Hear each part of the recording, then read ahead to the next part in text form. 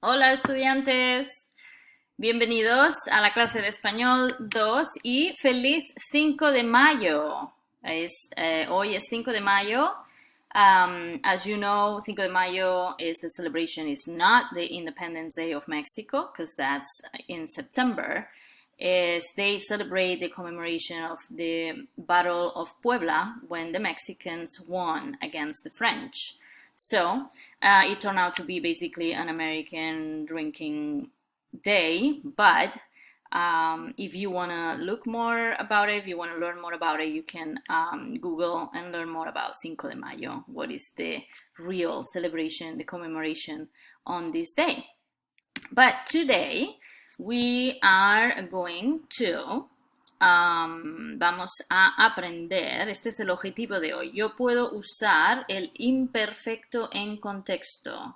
We learned there is the three past tenses and you have hopefully mastered by now the use of the pretérito, which is used to express limited actions and very specific actions in one specific moment. Today we are going to learn about the third past tense that you're going to learn this year, and is the imperfect. First we have a little hagan ahora, so please go ahead and on your notebooks you can start this activity. It says, hagan ahora, decide si el imperfecto o el pretérito es adecuado para expresar las siguientes ideas. Van a escribir una I si piensan que el tiempo correcto es el imperfecto y van a escribir una P si piensan que el pretérito es el tiempo correcto. Número 1. When I was younger, I liked to spend time with my family on vacation. Do you think that the bolded verb here es expresado, tiene que ser expresado en español usando el imperfecto o el pretérito? Número 2.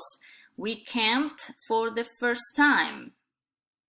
¿Piensan que necesitamos en español el imperfecto o el pretérito? 3. First, we arrived, then we had dinner. There is two actions here, dos acciones. Decidan si deben ser expresadas en el imperfecto o en el pretérito. Número 4. My room was decorated with unicorns. Pretérito o imperfecto. Y último, there were always a lot of people at our house. Okay. Again, pretérito or imperfecto.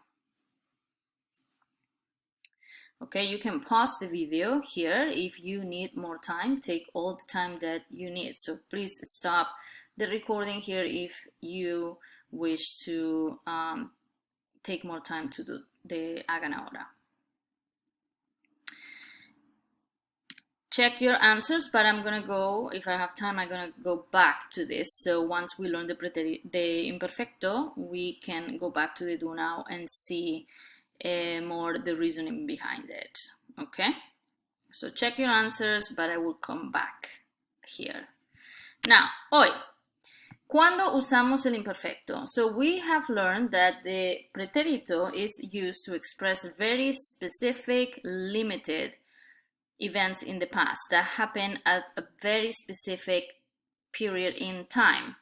We learned before that we use the pretérito when we know the beginning of the action, the end of the action, the specific duration of the action, or the frequency of the action. So when you know all of these things, then we use pretérito. Then when do we use imperfect? When you don't know any of those things. In other words, y si la acción está en progreso, if the action is still in progress. Remember, we are talking about the past. We're not talking about actions that are still happening in the present. But when you express an action that in the past was in progress, you don't specify the beginning or the end of the action, then you're going to use imperfect. When the action expresses a continuous status, or a continuous condition of the action, or if the action is repeated many times without specifying the number of times it's repeated, so it's a habit in the past. Every summer I used to go to Florida with my grandparents, right? It's every summer. You're not specifying how many summers, you're just saying every summer. That is a continuous action, a habit in the past. So for all of those, you will use the imperfect tense. Okay? To express la hora y edad, always an imperfect. Hora is time, edad is age. So when you are describing something in the past, you say, when I was 12, remember that age in Spanish is expressed with the verb tener. So you will say, cuando tenía 12 años. Always in imperfect. Why? Because you are describing the background of the story. If you say, when I was 12, I used to go to Florida, and that is descriptive. You want to set some background. So remember, the imperfect is the tense to describe the past, while the preterito is the tense to explain what happened, specific actions in the past. Okay? Before we go to conjugations, though, let's see more uses or recap of all of this. 1. Habitual or repeated actions. Habitual or repeated actions are those that were done over and over in the past. They are often things a person used to or would do. Again, you're not specifying the number of times you did it in the past, because if you specify the number of times, you want to use preterito. You just stating, describing a habit in the past. So for example, the first example is almorzábamos cada día. We used to eat lunch together every day. You don't say how many times, so then you use the imperfect tense. Todos los sábados las mujeres iban de compras. Every Saturday the ladies will go shopping. You're using imperfect because again you're saying every Saturday, but you're not stating how many Saturdays. So when the action is open and is repeated and we don't know the exact numbers of times that is repeated, then we want to use the imperfect tense. Second use is actions that were in progress in the past. It's quite common to see the imperfect used to talk about something that was happening when something else occurred. It's also used for actions that continue in the past for an unspecified period of time. Again, the imperfect is all about, it's cloudy. We don't know when it begins. We don't know when it ends. The preterito was very clear, right? So, the first example here you have, iba a clase cuando sonó el teléfono. I was going to class when the telephone rang. So, this is an interrupted action. I was going to do something when something else interrupted me. Now, the thing that interrupted me, it's the preterito, because that's a specific thing that happened. But what I was going to do or what I was doing, then that's the imperfect tense. We will practice a little bit with that. Mi papá cocinaba cuando entré a casa. Again, my dad was cooking is the imperfect. That's the ongoing action that was happening. When I enter the house, then that is specific. That is the preterito. So that's the concept of interrupted action and interrupting action. A veces le dolían las manos y las piernas. Sometimes her hands and feet ache. Again, it's very unspecific, right? We don't know how many times, we don't know for how long, so it is open like that, the action is open, then you're using the imperfect. So, for actions in progress in general or interrupted actions in the past, we use the imperfect. Okay? 3. Times and dates, as we said, for age, times, dates is descriptive. Descriptive language that you give a little bit of background for the reader, for the listener. The imperfect is used to talk about times and dates in the past. So, Eran las 3 de la tarde. It was 3 o'clock in the afternoon. You're starting a story and you want to say it was 3 o'clock in the afternoon, it was cloudy, it was raining, it was cold. All of that is descriptive language to set a background of a story. So then for all the descriptive language of the background, you want to use imperfect. The same with dates. Era el 9 de mayo. It was May 9th. Is also descriptive. You're giving a specific date, but it's for the intention of describing. It's not you're not saying a specific action yet. So that's why it's imperfect and not pretérito.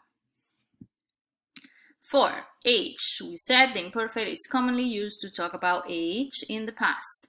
So, la niña tenía 4 años, imperfect. Los perros tenían 2 años cuando los adopté.